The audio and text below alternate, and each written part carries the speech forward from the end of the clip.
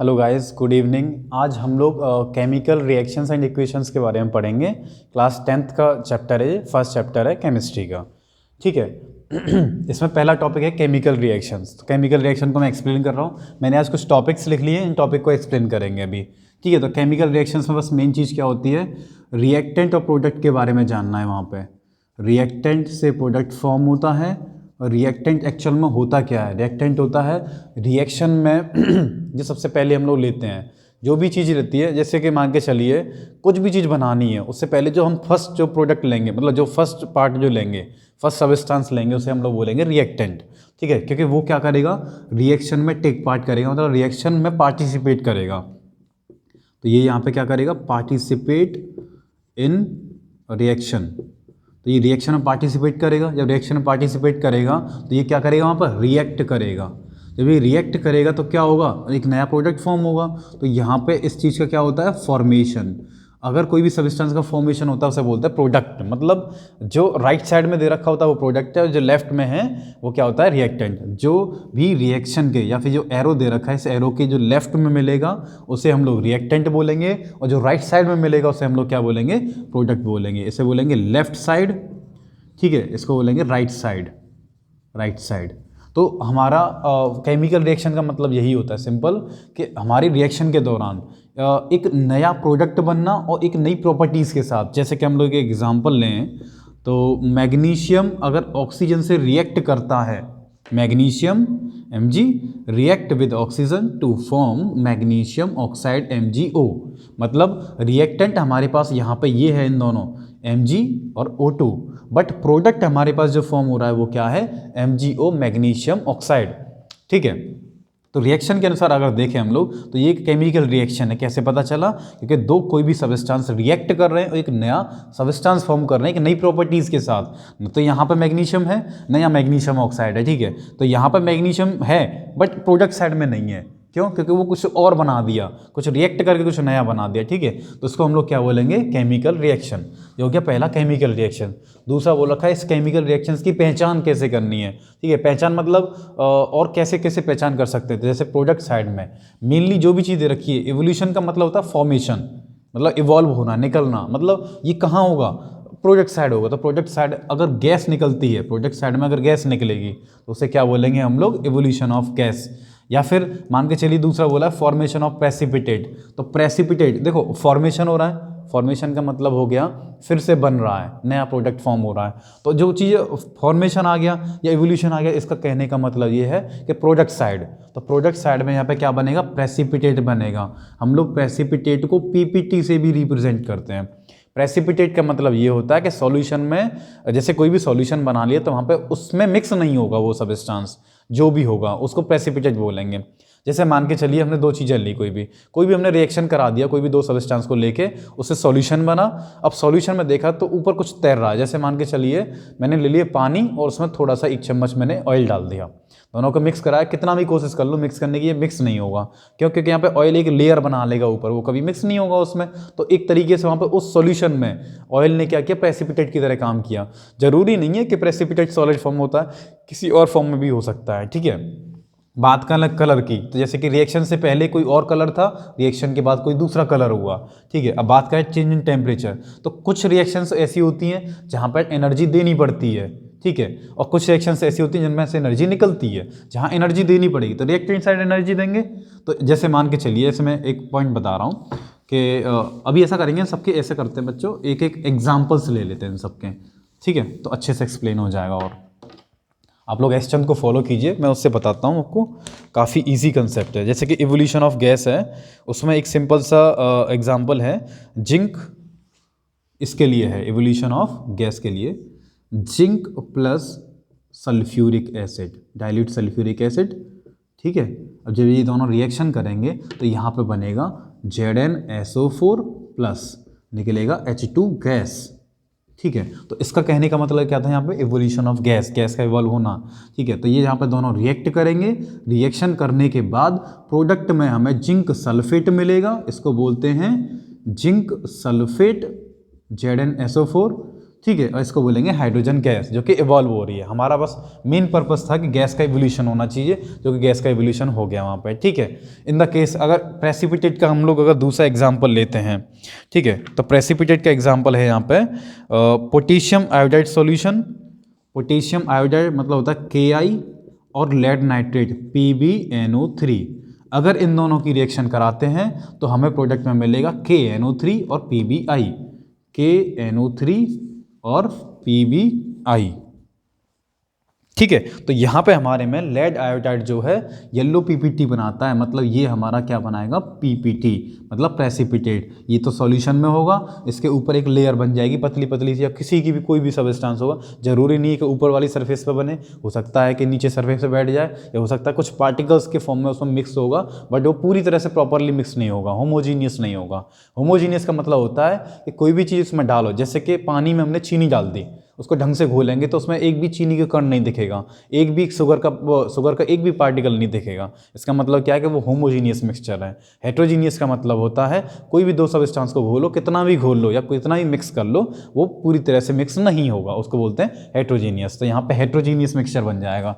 ठीक है, ये तो हो गया प्रेसिपिटेट का हो गया। अगर हम लोग इनकेस नेक्स्ट वाला देखें, अगर कलर वाला केस देखते हैं, तो कलर में क्या होता है कि एक एग्जाम्पल दे रखा है, इसमें क्या है कि पोटेशियम डाइक्रोमेट सॉल्यूशन। ठीक है, पोटेशियम डाइक्रोमेट सॉल्यूशन है, पोटेशियम डाइक्रोमेट। तो पोटेशियम डाइक्रोमेट सॉल्यूशन के साथ हम लोग अगर सल्फर डाइऑक्साइड गैस पास कराते हैं तो इसका कलर चेंज हो जाता है। तो यहाँ पोटेशियम डाइक्रोमेट का कलर होता है ऑरेंज, और ऑरेंज से कन्वर्ट होके ये अपने ग्रीन कलर में कन्वर्ट हो जाता है। तो यहाँ पे हुआ क्या, चेंज हुआ कलर का। ठीक है, तो क्या हुआ, ऑरेंज से ग्रीन में कन्वर्ट हो गया। ठीक है, तो रिएक्टेंट में ऑरेंज था और प्रोडक्ट में क्या बन गया, ग्रीन। मतलब हमें तो बस कलर चेंज देखना था यहाँ पे, तो यहाँ पे कलर का चेंज हो जाएगा। टेम्परेचर की बात करते हैं तो टेम्परेचर के लिए बेस्ट एग्जाम्पल ले रहा हूँ, कॉमन एग्जाम्पल। जैसे मैंने कोई भी A रिएक्ट कराया B के साथ और फॉर्म किया C, मान के चलिए C के साथ हमें कुछ एनर्जी मिली, कुछ हीट रिलीज हुई। मतलब पहले अगर एनर्जी नहीं थी इतनी, मान के चलिए पहले कुछ भी एनर्जी थी, भले ही कुछ भी रही हो, कम रही हो, पहले बाद में निकलेगी तो उस टेम्परेचर बढ़ा देगा वहाँ पे, तो कुछ टेम्परेचर का चेंज आया वहाँ पे। ठीक है, तो टेम्परेचर में चेंज आया तो वहाँ पे आ जाएगा चेंज इन टेम्परेचर। और उसके बाद बोल रखा है यहाँ पे change in state. Change in state हम लोग ऐसे बोल सकते हैं, सिंपल है। जैसे कि हम लोगों ने 1 लीटर पानी ले लिया, ठीक है, पानी को उसको बॉयल करो, आप ठीक से बॉयल करते जाओ, काफ़ी हद तक तेज से बॉयल करते रहो, बॉयल करते रहो। जब 100 डिग्री सेल्सियस से ज़्यादा हो जाएगा टेम्परेचर, तो वहाँ पे क्या होगा, कुछ वाटर वेपोराइज करने लग जाएगा। ठीक है, तो वहाँ पे क्या होता है कि जो वाटर था उसने अपनी खुद की स्टेट बदल दी। मतलब पहले लिक्विड में था, बाद में वेपर में कन्वर्ट हो गया। मतलब कुछ ऐसा हुआ कि पहले जैसे कि आप ऐसा ले लो, आइस क्यूब्स ले लो, अब इनको टेम्परेचर प्रोवाइड कराओ, आइस क्यूब्स हैं ये, आइस क्यूब टेम्परेचर प्रोवाइड कराया तो पहले तो सॉलिड फॉर्म में थे ये, बाद में क्या हुआ, थोड़ी देर बाद ये लिक्विड फॉर्मेट में कन्वर्ट हो गए, ये लिक्विड में हो गए। ठीक है, अब यहाँ पे हीट कर रहे हैं, अब हीट करते रहेंगे थोड़ी देर तक और तो क्या हो जाएगा, वो वेपर में कन्वर्ट हो जाएगा। तो यहाँ पे भी क्या हुआ, देखो आइस है, मेल्ट कर गई, पिघल गई, मतलब इसने स्टेट बदल ली अपनी, सॉलिड से लिक्विड में चला गया। अब इसे और टेम्परेचर देंगे तो वहाँ पे क्या हो जाएगा, वो लिक्विड से गैस में कन्वर्ट हो जाएगा या फिर वेपर में कन्वर्ट हो जाएगा। ठीक है, तो ये आपके टॉपिक हो गए चारों पाँचों। उसके बाद हम लोग देखते हैं नेक्स्ट केमिकल इक्वेशंस। तो यहाँ पर बोल रहा है बैलेंस्ड और अनबैलेंस्ड के बारे में बात कर रहा है। ठीक है, आप लोग ऐसा करो, जब तक एस चंद की बुक फॉलो करो, एस चंद की बुक पढ़ते रहो, क्योंकि वही बुक है जो कि आपके लिए इजी लैंग्वेज है, काफ़ी हद तक आप उसको अच्छे से कवर कर सकते हो कम टाइम में और अच्छे से समझ भी सकते हो। मैं आप लोगों की एस चंद करवा दूंगा काफ़ी हद तक। ठीक है, तो जैसे कि अब मैंने बोला थर्ड टॉपिक है केमिकल इक्वेशंस। तो केमिकल इक्वेशन का टॉपिक है, इसमें बोला पहला अनबैलेंस्ड और बैलेंस्ड। मतलब कोई भी केमिकल इक्वेशन लिखी है, जैसे कि एग्जाम्पल ले रहा हूँ मैं इसका। फर्स्ट मैंने लिखा A + B, नहीं ऐसे लिखा मैंने A2 + B2 गिव्स, मैंने बताया AB फॉर्म हुआ। तो अब ये इक्वेशन बतानी है हमें कि बैलेंस्ड है या फिर ये अनबैलेंस्ड है। तो इसका कैसे पता चलेगा हमें कि ये बैलेंस्ड है अनबैलेंस्ड है, हम लोग एटम्स काउंट करेंगे। तो इस एरो से पहले वाले रिएक्टेंट हो गया, इस एरो से बाद वाले सब के सब प्रोडक्ट हो जाएंगे। तो रिएक्टेंट में कितने एटम है, तो A के कितने हैं, 2, यहाँ पे 1 है, मतलब ठीक है। तो ऐसा करते हैं, इनको लिख लेते हैं यहाँ पे, नंबर ऑफ ए एटम और यहाँ लिखेंगे नंबर ऑफ बी एटम्स। तो और यहाँ लिख लेते हैं रिएक्टेंट साइड और यहाँ लिख लेते हैं प्रोडक्ट साइड। ठीक है, तो आप लोग अब इसको ठीक से देखिएगा जरा। तो ए एटम रिएक्टेंट साइड कितने हैं 2, बी एटम रिएक्टेंट साइड कितने हैं 2, बट प्रोडक्ट में देखें तो 1 1 दे रखा है। तो हमारे पास एक ही तरीका है, ये रिएक्शन पहली बात तो बैलेंस नहीं है क्योंकि ये नंबर सबके सब सेम आने चाहिए। यहाँ 2 है तो यहाँ भी 2 आना चाहिए, यहाँ 2 है तो यहाँ भी 2 आना चाहिए। तो ये रिएक्शन क्या होगी बैलेंस्ड। तो ये रिएक्शन क्या होगी हमारी अनबैलेंस्ड। अनबैलेंस्ड, ये तो हो गया अनबैलेंस्ड केमिकल इक्वेशन।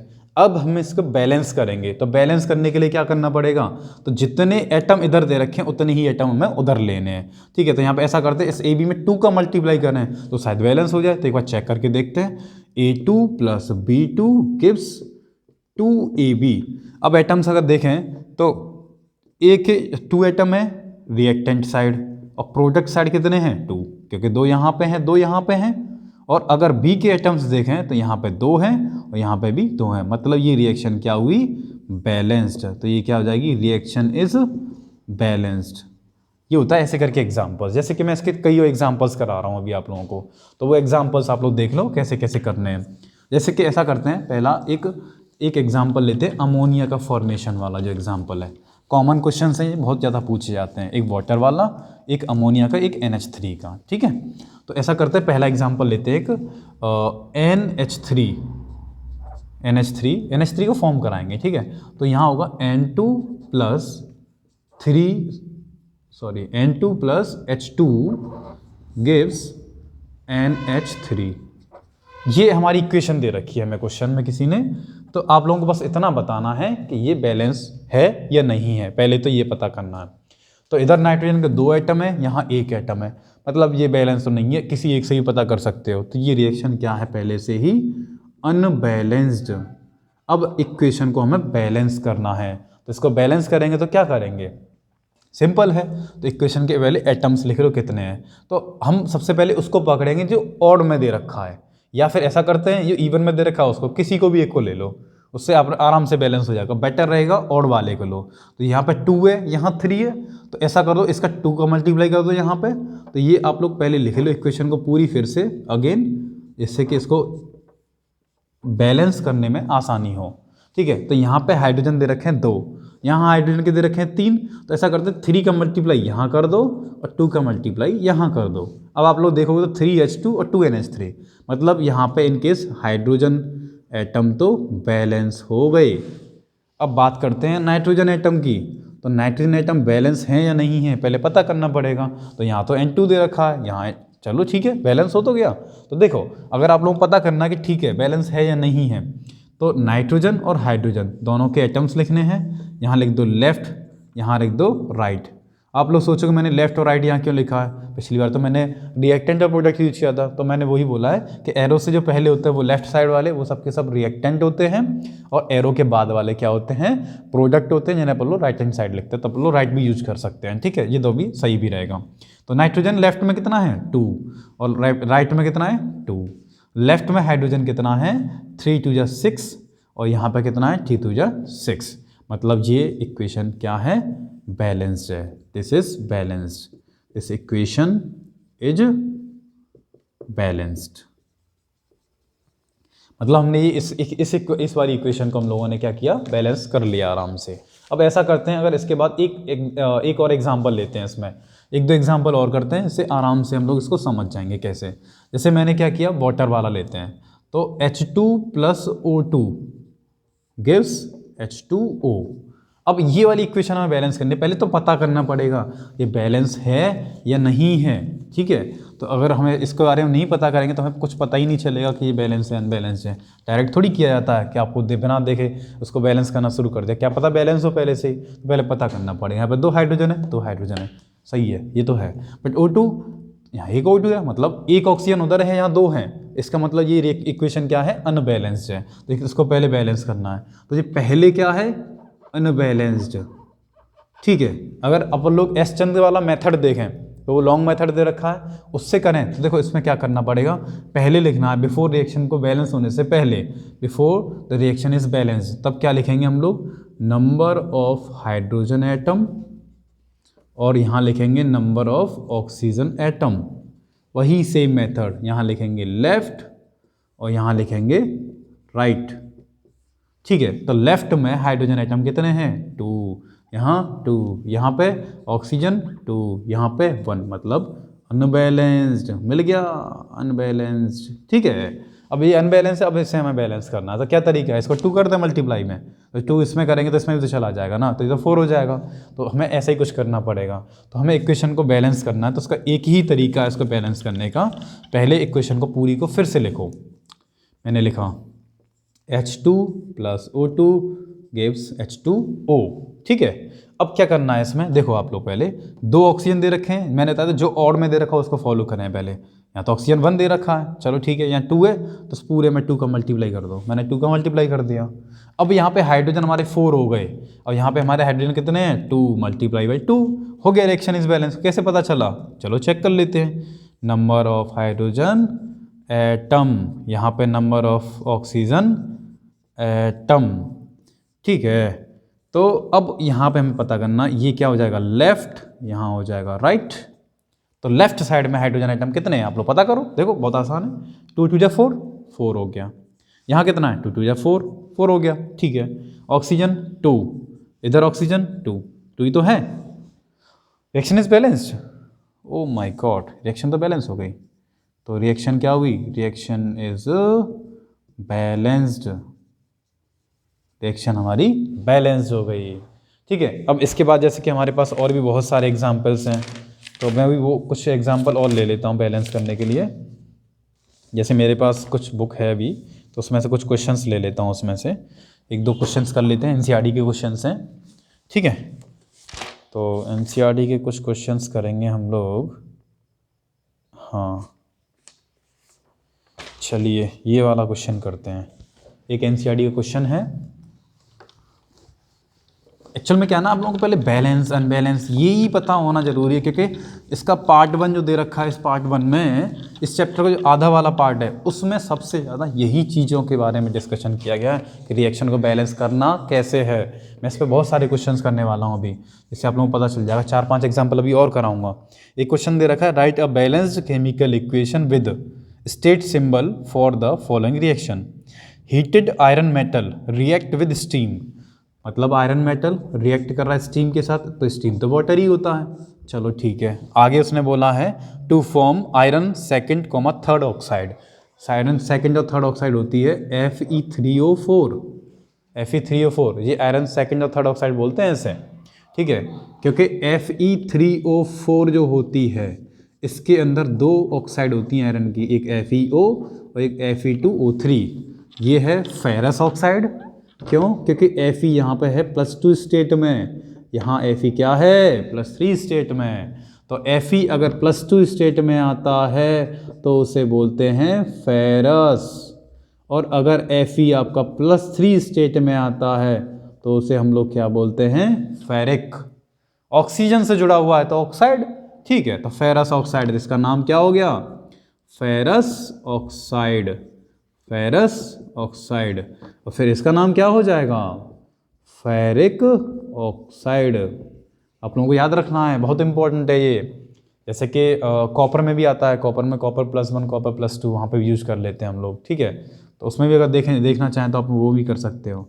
कॉपर में 2 फॉर्म मिलेंगी, कॉपर +1 कॉपर +2।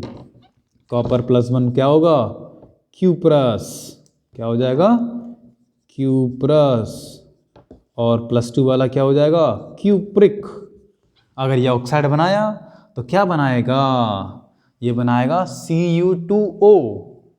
ये वाली ऑक्साइड जो बनाएगा क्यूप्रस ऑक्साइड वाली, तो क्यूप्रस ऑक्साइड क्या बनाएगा, Cu2O, और ये बनाएगा CuO, जिसे बोलते हैं क्यूप्रिक ऑक्साइड। ठीक है, ये तो एक पार्ट हो गया आप लोगों का, जब भी जो भी समझना था इसमें। हमें तो बैलेंसिंग सीखनी है, मेन प्रॉब्लम क्या है, बैलेंसिंग करनी नहीं आती है बहुत लोगों को। और आपके लिए ध्यान रखिएगा, ये बोर्ड में आ सकते हैं क्वेश्चन, डायरेक्ट क्वेश्चन आते हैं, एनसीईआरटी क्वेश्चन है ये तो। ठीक है, तो यहाँ पे यही दे रखा है, उसके साथ साथ प्लस हाइड्रोजन और निकल रही है यहाँ पे। ठीक है जी, अब रिएक्शन पहले पता करनी पड़ेगी, क्वेश्चन तो हो गया बड़ा कॉम्प्लिकेट भी हो सकता है, क्वेश्चन को देखना पड़ेगा पहले तो देखते हैं। तो ऐसा करते हैं, Fe और ऑक्सीजन और हाइड्रोजन, हमारे पास 3 एटम है बस। इन 3 एटम के बारे में पता करना है तो हमारे पास एक ही शॉर्टकट तरीका है, पहले लिखो लेफ्ट, यहाँ लिखो राइट, ठीक है जी। तो यहाँ पे एक साइड में मैंने लिखा लेफ्ट, दूसरी साइड में लिखा राइट। लेफ्ट में Fe कितना है 1, राइट में कितना है 3, 1 3। ऑक्सीजन कितना है 1, ऑक्सीजन कितना है 4। तो यहाँ हाइड्रोजन कितना है 2, वहाँ कितना है 2।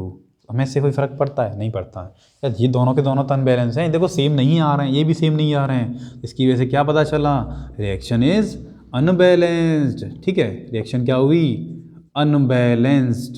जब रिएक्शन अनबैलेंस्ड हो तो उसको पहले क्या करना पड़ेगा, बैलेंस करना पड़ेगा। तो बैलेंस करने के लिए हमें क्या करना है, इक्वेशन को फिर से लिखना पड़ेगा। Fe plus H2O gives Fe3O4 plus H2। अब सबसे पहले हमें वो पकड़ना है जो ऑड में दे रखा है, 3 दे रखा है यहाँ पे, 3 ध्यान से, ठीक है 3। तो यहाँ पे 3 गुना करो, 3 आयरन 3 आयरन, चलो बैलेंस हो गया। अब आगे देखना है, ऑक्सीजन 4 है यार, तो यहाँ पे 4 गुना करना पड़ेगा, 4 टाइम्स 4 ऑक्सीजन हो गया। अब तो हाइड्रोजन गड़बड़ा गया, तो क्या करेंगे, फिर हम हाइड्रोजन का मल्टीपल ढूंढेंगे। कितना है हाइड्रोजन यहाँ पे 8 एटम, तो यहाँ पे इसको 4 गुना करेंगे, हो जाएगा। अब फिर से पता कर लेते हैं, क्या पता ये गलत हो, तो हमें क्रॉस चेक करने के लिए क्या करना पड़ेगा, फिर से वही मेथड FeO और H, ठीक है। तो ये 3 चीज़ें हमें लिखनी हैं। तो देखिए जी, लेफ्ट और ये राइट, ये रिएक्टेंट है, ये प्रोडक्ट है, ध्यान से गड़बड़ नहीं कर दीजिएगा। तो ये क्या दे रखा है, लेफ्ट, ये क्या है, राइट है, ठीक है। तो लेफ्ट में क्या देगा, Fe 3 एटम 3, राइट में Fe 3 atom, okay. Oxygen 4 atom, यहाँ ऑक्सीजन 4 एटम, हाइड्रोजन 8 एटम, वहाँ पे hydrogen 8 atom, very good. Reaction is balanced, reaction is balanced. थोड़ा ऐसा है, क्वेश्चन तो आसान ही होते हैं, क्वेश्चन को करने का तरीका तुम्हारे समझ में आ जाना चाहिए। अगर आप लोगों को वो मेथड समझ में आ गया ना, कैसे बैलेंस करना है, क्वेश्चन सारे हो जाएंगे कन्फर्म्ड, ठीक है। एक क्वेश्चन और करते हैं इसके बाद NCERT का, ठीक है। तो कुछ क्वेश्चन से ही थ्योरी कवर हो जाती है। अगर जिसके पास, जो लोग अभी तक नहीं पढ़ना स्टार्ट किए हों, वो अच्छे अभी भी कर सकते हैं कुछ भी। आप लोग अपना पोटेंशियल पहचानो, उसका एक ही तरीका है, एक रात पढ़ के देखो ढंग से। अगर आप लोगों को एक पॉइंट भी अगर अच्छे से समझ में आ गया खुद से पढ़ने से, तो इसका मतलब यह है कि आपके अंदर पोटेंशियल हद से ज़्यादा है। क्यों? क्योंकि पहले पढ़े नहीं थे, तब तक पता ही नहीं था, जब पढ़ना शुरू किए तो सब कुछ पता चलने लग गया अपने आप ही, ठीक है। तो मैं NCERT का एक क्वेश्चन और कराता हूँ। एक तो क्वेश्चन NCERT का हो गया, चलिए जी एक क्वेश्चन और कराते हैं। बहुत आसान क्वेश्चन है, वहाँ बोला है write the balanced chemical equation for the following reaction. यहाँ बोला sodium metal react with water, sodium metal react with water H2O gives, आगे बोला है sodium hydroxide to give sodium hydroxide and hydrogen, मतलब NaOH प्लस हाइड्रोजन। ये एक example दिया है, आप लोगों के NCERT की बुक में दे रखे हैं, NCERT क्वेश्चंस में सारे करा रहा हूँ लगभग। तो आप लोगों को बैलेंस कैसे करना है, आप लोग देखिए, ऑक्सीजन 1 दे रखा है, ठीक है, 1 दे रखा है, बट हाइड्रोजन 3 दे रखा है यार, इसको तो 3 गुना करना पड़ेगा। तो हमें ये रिएक्शन पता चली अनबैलेंस है। अब इतनी बड़ी कहानी नहीं लिखेंगे बार बार, क्यों? क्योंकि आप लोगों के अब समझ में आ चुका है। तो इसका एक मेथड है, तरीका बहुत आसान, आप लोग ठीक से देखिएगा। 1 और 2 3 हाइड्रोजन हैं, यहाँ पे 2 हैं, 3 गुना कर दो, और यहाँ कितने हो गए अब 6। क्या करें, 6 तो बैलेंस नहीं हो रहा है मामला। अगर 3 करते हैं तो यहाँ 3 करेंगे तो 3 हो गया हाइड्रोजन, फिर गड़बड़ा जाएगा मामला। तो सबसे पहले क्या करना पड़ेगा, इसको पूरे को डबल कर लो, बेटर रहेगा। क्यों? क्योंकि हाइड्रोजन हो जाएगा 2, इसको इवन कर लो, 2 और 2 4। अब तो कर सकते हैं ना, डबल कर दिया। देखो ऑक्सीजन बैलेंस हो गया, हाइड्रोजन बैलेंस हो गया, सोडियम रह गया है, तो 2 दे रखा है ना, हो गया 2। रिएक्शन इज बैलेंस, चेक कर लो। लेफ्ट में 2 सोडियम, राइट में 2 सोडियम, 4 हाइड्रोजन, 2 और 2 4 हाइड्रोजन, 2 ऑक्सीजन, 2 ऑक्सीजन। रिएक्शन खत्म हो गई जी। अगली रिएक्शन, एक और नेक्स्ट रिएक्शन करते हैं। चलो एक और एनसीईआरटी का क्वेश्चन करते हैं, खटाक खटाक सी ना करते जाओ जल्दी जल्दी। एक रिएक्शन दे रखी है, हाइड्रोजन क्लोरीन से रिएक्ट करेगा और हाइड्रोक्लोरिक एसिड बनाएगा। हाइड्रोजन क्लोरीन से रिएक्ट करके हाइड्रोक्लोरिक एसिड बना रहा है। बोला रिएक्शन बैलेंस या अनबैलेंस, ये रिएक्शन अनबैलेंस है। कैसे पता चला? यहाँ 2 है, यहाँ पे 1 है, गड़बड़ हो रहा है रिएक्शन। ठीक है, तो ये रिएक्शन क्या है? अनबैलेंस्ड। रिएक्शन को क्या करो? बैलेंस। क्या करना है? इधर 2 दे रखा है, इधर 2 करना पड़ेगा मल्टीप्लाई, आंसर आ जाएगा H2 + Cl2 gives 2 × HCl। पता कर लो, H2 2H 2Cl 2Cl, reaction is balance, very simple. ठीक है, अब एक और नेक्स्ट एग्जांपल एक और करते हैं इसका। ठीक है, इसमें काफ़ी एग्जांपल्स दे रखे हैं वैसे, बट फिर भी मैं डिस्कशन कर देता हूँ, बाद में ये ना रहे कि आप लोगों के कुछ क्वेश्चंस रह गए। ठीक है, एनसीईआरटी में लगभग पूरी करवा दूंगा इसमें एग्जांपल्स वाले। ठीक है, तो आप लोग अब ऐसा कीजिए, अब क्वेश्चंस देखिए नेक्स्ट। तो अमोनिया वाला क्वेश्चन हम करा चुके हैं, सॉरी, लगभग एनसीईआरटी के आपके क्वेश्चन भी ख़त्म हो चुके हैं। अब इसके बाद क्या है, कुछ इंपॉर्टेंट पॉइंट्स था जिसका डिस्कशन मुझे करना था, आप लोगों को बताने थे। ठीक है, यहाँ पे दे रखा है to make equations more informative. बोला है to make equations more informative. इसका मतलब ये है कि कुछ इन्फॉर्मेशन, मतलब इक्वेशंस को कुछ इन्फॉर्मेटिव बनाने के लिए क्या करें। पहली चीज़, आपको उसकी स्टेट लिखनी है। क्या लिखना है? Physical state. जो आप लिख रहे हो, कंपाउंड कुछ भी लिख रहे हो, मॉलिक्यूल लिख रहे हो, एटम लिख रहे हो, कुछ भी लिख रहे हो, कौन सी स्टेट में है वो लिखना है। मतलब सॉलिड होता है तो S लिखना है, S। अगर लिक्विड होता है तो क्या लिखना है? L। या फिर हम लोग एक्वस भी लिख सकते हैं, और क्या लिख सकते हैं? AQ। और इसके अलावा एक और होता है, क्या बोलते हैं उसे? गैस। इसको स्मॉल g से लिखते हैं। ठीक है, ये तो होगी आपकी फिजिकल स्टेट की बात। दूसरा यहाँ पे दे रखा है हीट चेंजेस के बारे में। इसके बारे में अगर आप लोगों से मैं डिस्कशन करता हूँ तो हीट चेंजेस के बारे में देखना है ठीक से। तो हीट चेंजेस में होगा क्या? 2 केसेस पॉसिबल हैं। एक तो होता है एक्सोथर्मिक, दूसरा होता है एंडोथर्मिक। 2 केसेस हैं, सिंपल। एक्सोथर्मिक मतलब क्या होता है? एरो के बाद एनर्जी मिल जाए, मतलब A = B + एनर्जी E। ये क्या है? एनर्जी। इसको हीट भी बोल सकते हैं, मतलब ये हीट रिलीज हो रही है, रिएक्शन में से निकल रही है बाहर, इसको क्या बोलेंगे? एक्सोथर्मिक। अगर हम इसको एनर्जी देनी पड़ जाए या इसे हीट देनी पड़ जाए, हीट या फिर एनर्जी, ऊर्जा, तो यहाँ पे क्या होगा? एंडोथर्मिक। इसने लिया, एनर्जी को लिया है, एरो से पहले आएगा एंडोथर्मिक, एरो के बाद आएगा एक्सोथर्मिक। ध्यान रखिएगा, ठीक है। तो ये क्या हो जाएगा? एंडोथर्मिक। तो ये बस सिंपल ऐसे याद रखना है कि एरो के बाद आया एनर्जी